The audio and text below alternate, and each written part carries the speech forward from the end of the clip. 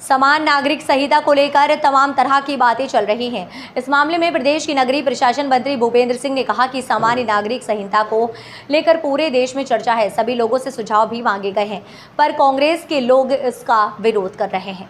अब चाहे वह अजहर मसूद हो या आरिफ मसूद जैसे लोगों द्वारा धमकी देते हैं, अगर यूसीसी आई तो देश को बड़ा नुकसान होगा।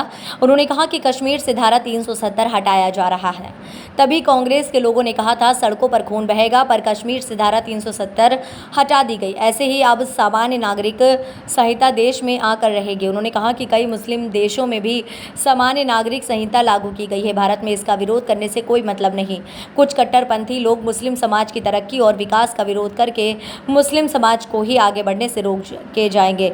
समान नागरिक संहिता आएगी तो इसके मुस्लिम समाज भी विकास और तरक्की करेगा। इसलिए कट्टरपंथी लोगों को कांग्रेस के सामने सरकार झुकने वाली नहीं है। उनका षड्यंत्र कभी कामयाब नहीं हो पाएगा।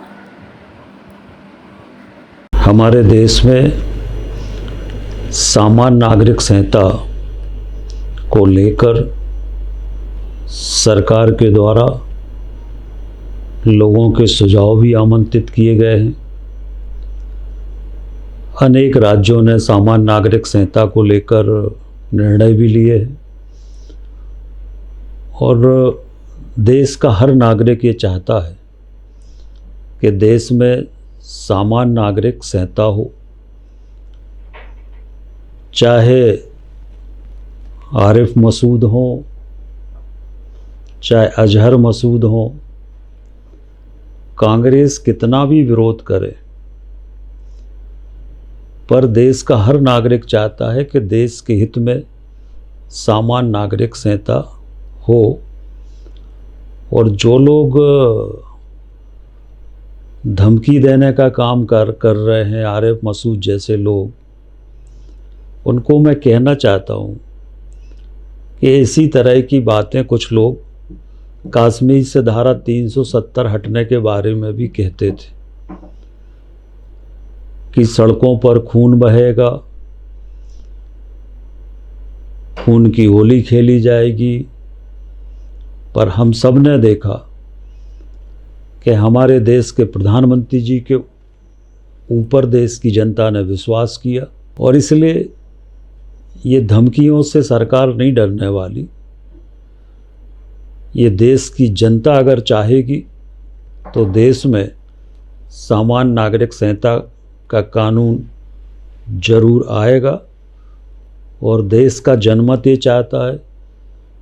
अनेक मुस्लिम देशों में भी सामान्य नागरिक संहिता का कानून है और इसलिए भारत में विरोध करने का कोई औचित्य समझ में नहीं आता है। और जो कट्टरपंथी लोग इस तरह की बातें करते हैं, वो मुस्लिम समाज का ही नुकसान करने की बात करते हैं। मुस्लिम समाज विकास में आगे ना बढ़ पाए, ये षड्यंत्र ही मुस्लिम कट्टरपंथी करते हैं। सामान्य नागरिक संहिता आएगी तो मुस्लिम समाज को भी विकास में लाभ मिलेगा, वो भी विकास में आगे बढ़ेंगे।